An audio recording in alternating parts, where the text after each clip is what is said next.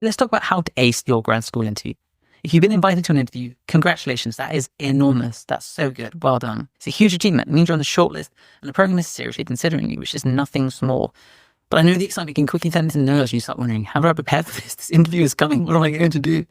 Okay, so as someone who's been through this multiple times, I've been through multiple grad school interviews during my journey. I've got a master's and 2 PhDs. So I've been there with you. I know how you feel. And I've learned a few things about what works and what doesn't.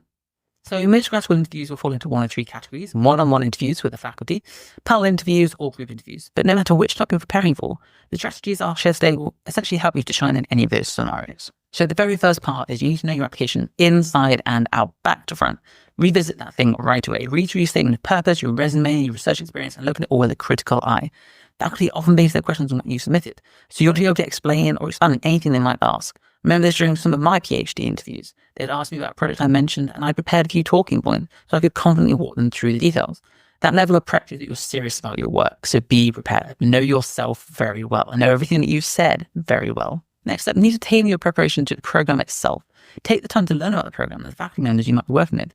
Review their current or recent publications, ongoing projects, and their areas of expertise. It's not only help you answer questions, but also show that you're genuinely interested in what they do.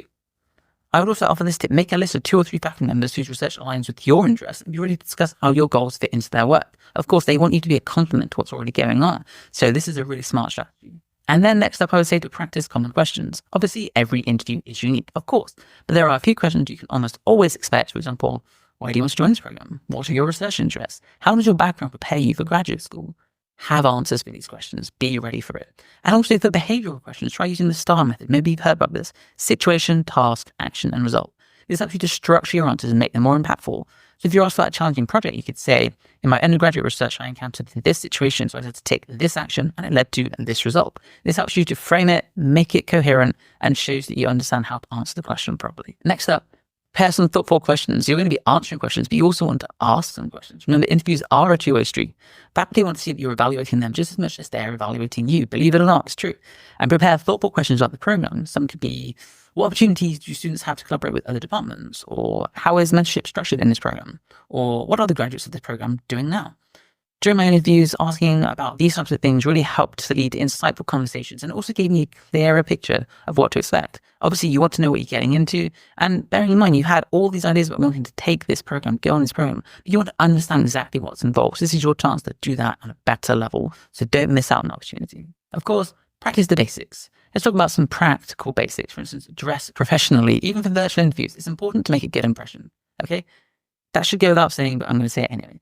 Test your tech. If your interview is online, make sure your internet connection, camera, and microphone are all working flawlessly. What could be worse than getting in there suddenly your camera sticks or your microphone isn't working? Be professional, be prepared. And of course, be on time. It makes obvious sense, but whether it's in person or virtual, you need to be ready at least 10 minutes early so you're calm, relaxed, and ready to handle it.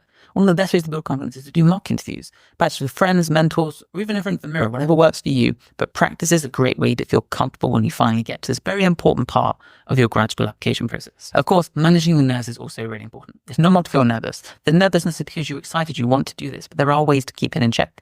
Take deep breaths. Remind yourself that this is a conversation. It's not an interrogation, okay? And the faculty just want to get to know you better and see if you're a good fit for the program. Even if you feel like this is everything you've ever wanted, try and stay calm. I know when I was interviewing, I used to tell myself that they always like my application, so there's my chance to share them that and confirm that in person. Remember, they've asked you here for a reason. They like you, so be calm, believe in yourself. Finally, don't forget to send a thank you email after the interview. Keep it short and sincere, but I think taking the time to say something like, thanks for taking the time to meet with me today. I enjoyed learning more about your program. I'm really excited about the possibility of joining you. Please let me know if there's more I can provide. This shows that you're engaged and really serious. I'm sure everyone will do this, so it's not necessarily going to make you stand out, but equally, I think doing this shows a level of professionalism and interest that is sincere in the program. And this small gesture can leave a positive, lasting impression. So I think it's well worth doing. Small, but impactful. So there we go. Grad school interviews, they can feel daunting. But with preparation and confidence, I think you're going to do great. Remember, the invitation interview is already a sign that you're a strong candidate. Be yourself, stay curious, and let your passion for the field that you really want to pursue shine through. Remember, that's why you're doing this. You're passionate about this area. So let that shine. But I hope you found this video helpful. Check out our other videos. We've got more tips on navigating the grad school application progress. Of course, Grad Cafe is here to help you. We've got the forum and we've got the submissions from other students. So be sure to check in on that to get an idea of where you stand and where you're stacking up and get a better idea of what's going on in your field and in your institution. So obviously, I'm sure you're checking back there regularly already, but I'd highly recommend engaging with others on a Grad Cafe to feel even more part of the community who's going through this with you. And as always, feel free to share your interview experiences or any questions in the comments. And we'd love to hear from you. I hope you've enjoyed this video, and I can't wait to see you in the next one.